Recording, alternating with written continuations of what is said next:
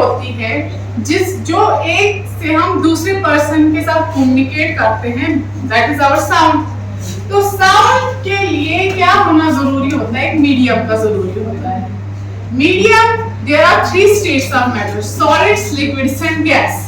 सो sound के पास होने के लिए एक मीडियम का जरूरी होता है। I have told you, already told you कि साउंड जो पास होती है मीडियम में, जो मॉलिक्यूल्स होते हैं दैट गेट्स वाइब्रेटेड, और वाइब्रेशन की वजह से ही साउंड प्रोडक्शन होती है। चाहे हवा में साउंड पास हो रही है, लिक्विड में या सॉलिड में, ठीक है। इसके लिए आपने बहुत सारे एक्टिविटीज देखी, बहुत सारे एक्सपेरिमेंट्स देखे जिससे मीडियम के थ्रू साउंड पास हो रही है। In case of vacuum sound pass नहीं होती है, बिकॉज वहां पे क्या है, medium, there is no medium, तो साउंड पास नहीं होती। अब सवाल उठता है, जो ह्यूमन बीइंग्स हैं हम कैसे साउंड को समझ लेते हैं, उसको रिसीव करते हैं, ठीक है। First of all I will tell you there are 5 sense organs in our body, ठीक है। उन 5 सेंस ऑर्गन्स में से एक सेंस ऑर्गन ऐसा होता है जो साउंड को रिसीव करता है, तो उनको हम बोलते हैं सेंस ऑफ हियरिंग, यानी ईयर्स। सेंस ऑफ हियरिंग कौन है? हमारे ईयर्स। Very good. तो ईयर्स को हम क्या बोलेंगे? Sound of hearing is also known as auditory sense. इसको we can say this is auditory sense. Auditory sense वो सेंस ऑर्गन्स हैं हमारे जो साउंड को रिसीव करते हैं।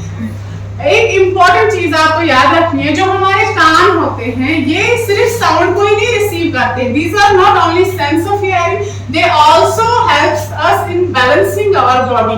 ये हमारी बॉडी को, इसमें ऐसे पार्ट्स भी होते हैं जो हमारी बॉडी को बैलेंस करते हैं। इसके अलावा one most thing, one important thing क्या है इसमें, हमारी बॉडी की the smallest bone of our body is present inside our ear, that is steps.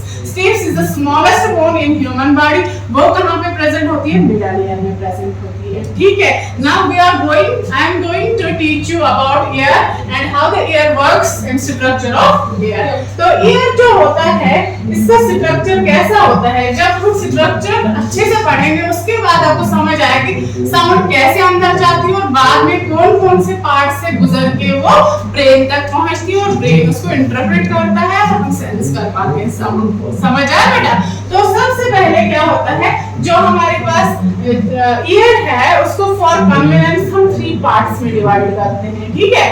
First part is external ear, it is external ear, and then middle ear, बीच वाला ear part, उसको क्या बोलेंगे? Middle ear, and this is internal ear, internal ear. और जो हमारे कान होते हैं बहुत ही ज्यादा डेलिकेट होते हैं, इसका स्ट्रक्चर कॉम्प्लिकेटेड होता है, डेलिकेट होता है। जब भी हम कान जो होते हैं हमारे, इनकी बहुत ज्यादा केयर करनी चाहिए हमें। जो हमारा एक्सटर्नल ईयर में है उसमें कौन सा पार्ट आता है? हमारे एक्सटर्नल ईयर में ये वाला पोर्शन आता है, that you can also C, feel, ठीक है। ये वाला पार्ट जो होता है दिस इज एक्सटर्नल पिना, you can also C in the picture, this is external पिना। इसको क्या बोलते हैं हम? एक्सटर्नल पिना। एक्सटर्नल पिना, एक्सटर्नल पिना जो होता है this is made up of elastin cartilage. ये किसका बना होता है? कार्टिलेज। क्योंकि ये वो कार्टिलेज होती है, अगर आप इसको फोल्ड करोगे कितना भी अपनी शेप में फिर से रिटेन करेगा, ठीक है। जब आप हाथ हटाओगे फिर से अपनी शेप में आ जाएगी।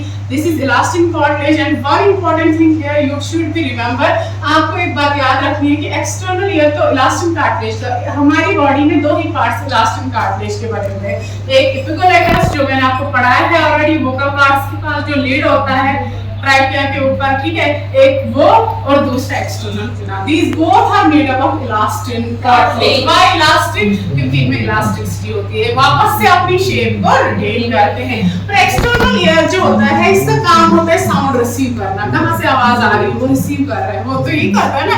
इसके बाद ये एक ट्यूब लाइक स्ट्रक्चर में निकलता है, that is known as auditory canal. इसको क्या बोलते हैं? ऑडिटरी कैनाल, और also known as external auditory meatus, ये भी आप बोल सकते हैं। और इसमें बहुत ही ज्यादा इंपॉर्टेंट ग्लैंड्स होते हैं। ग्लैंड्स मैंने आपको पहले ही बताया है ग्लैंड क्या होता है, ठीक है। तो इसमें भी ग्लैंड्स होते हैं, that are known as ceruminous glands. इनको कौन से ग्लैंड्स बोलेंगे हम? Ceruminous glands. Ceruminous gland, and ceruminous glands, और we can say these are wax glands. Wax glands, we can say release secretes wax और सीरम। इसका काम क्या होता है सराउंडिंग ग्लैंड का, जो भी इंसेक्ट है, डस्ट है, उसको वो ट्रैप करता है, otherwise that will enter inside the air और हमारे जो हियरिंग कैपेसिटी है वो लॉस हो सकती है और कोई माल फंक्शनिंग हो सकती है हमारे कानों में, तो उसको ये ट्रैप करती है। तो ये साफ जो ईयर वैक्स होता है ये यहाँ पे हमेशा कलेक्ट होता है हमारे कान में पिना, एक्सटर्नल पिना के पास। तो इसको साफ करने के लिए you should not use sharp objects like earbuds, ठीक है, they can burst into the ears and damage our ear drum या टिम्पैनिक कैविटी। तो इसके लिए क्या करना चाहिए, आप पानी डाल सकते हो कान में, ये निकल आएगा इजीली, ठीक है। इसके बाद हम कहां पहुंच गए, मिडल ईयर। इसके बाद मिडल ईयर आता है। मिडल ईयर जो होता है स्मॉल एरिया होता है, पहले इसमें ईयर ड्रम होता है या we can say it is tympanic cavity, इसको क्या बोलेंगे, टिम्पैनिक कैविटी और ईयर ड्रम। ईयर ड्रम, इसके बाद 3 बोन्स होते हैं इसके साथ, malleus, incus and stapes. And stapes is the smallest bone in our body, ठीक है। इसके बाद मैलस, इंकस और स्टेप्स यहाँ पे होती है। Malleus is if we shape it is just like a hammer, आराम से ये वाला है एनुअल जैसा होता है इंकस, और steps is like a star, ये किस जैसा होता है, स्टार आपके जैसा, ठीक है। इनका ऐसा स्ट्रक्चर होता है। Stapes is the smallest bone in our body. इसके बाद जो स्टेप्स होती है इसके नीचे क्या चला जाता है, एक छोटा सा कैनाल होता है, tube like structure that is known as Eustachian tube. Eustachian tube, so what is the function of this ostation? This is ostation tube. Ostation tube का function, this is malus, incus and stapes.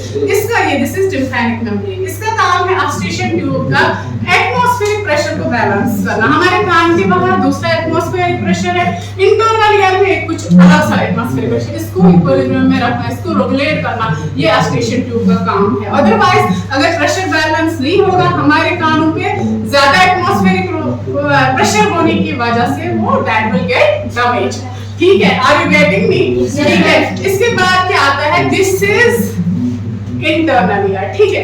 Internal ear के साथ इसकी connectivity कैसे बनती है, जो steps bone होती है, स्टेप्स बोन खुलती है इंटरनल ईयर में by small oval structure that is known as, ठीक है, और कंडों की हेल्प से वो अंदर चली गई। और you see this is the internal part and this is just like a snail। ये कैसा दिखता है आपको, snail की जैसा, just like a snail, ऐसे होता है snail की स्ट्रक्चर में।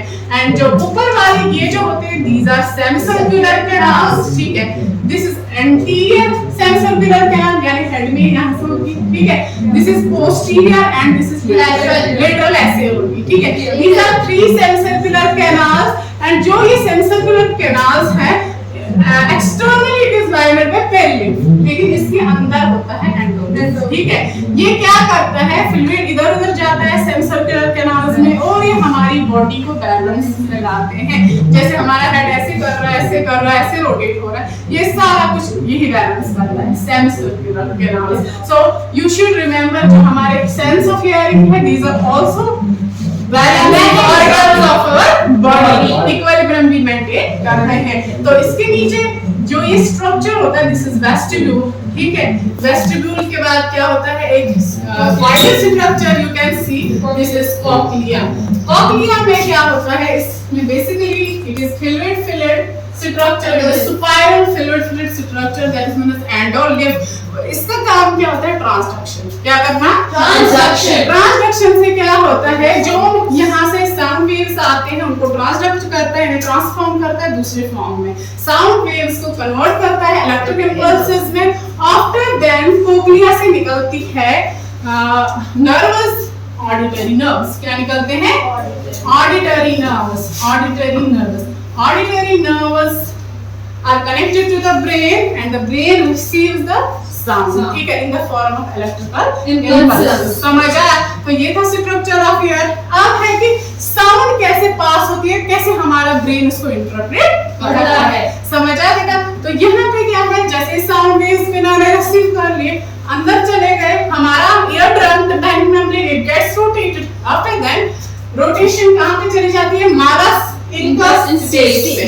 जब ये 3 बोन्स इनको एम्पलीफाई, इनका काम होता है एम्पलीफाई करना साउंड को, because the medium gets changed. First it was sound waves, they were floating in the air, they were going through air. ठीक है, इसके बाद अब वो चली जाएंगी कौन से मीडियम में? In the liquid medium. But what is leaf? Leaf is liquid. Now the medium gets changed from gases to liquid.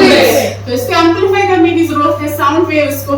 तो इनको ये एम्पलीफाई कर रहे हैं और अवेलमेंट के थ्रू कहां चले जाते हैं ये सिग्नल्स? ये चले जाते हैं कॉक्लिया में. और कॉक्लिया ट्रांसडक्शन करता है, transduces this sound waves into electrical impulses, and after that this electrical impulses through auditory nerve is transported to the brain, and brain interprets what type of sound it is, and we receive the sound and we detect the sound. कौन सी type का sound है. तो ये हो गया structure of air और हमारे कान इसको कैसे डिटेक्ट करते हैं. ठीक है, इन नर्सरी में बताती हूँ. पहले structure of air, this is external air और पिना. After that, this is auditory canal or auditory meatus. Cerominous glands are there. Cerumen trap करता है इंसेक्ट्स वगैरह को. ठीक है, इसके बाद tympanic membrane, this is middle ear. Middle ear is small area. Malus, incus and stapes amplify the sound. Eustachian tube, atmospheric pressure को balance करते हैं. After that, internal ear consists of 3 semicircular canals which maintains the balance or equilibrium.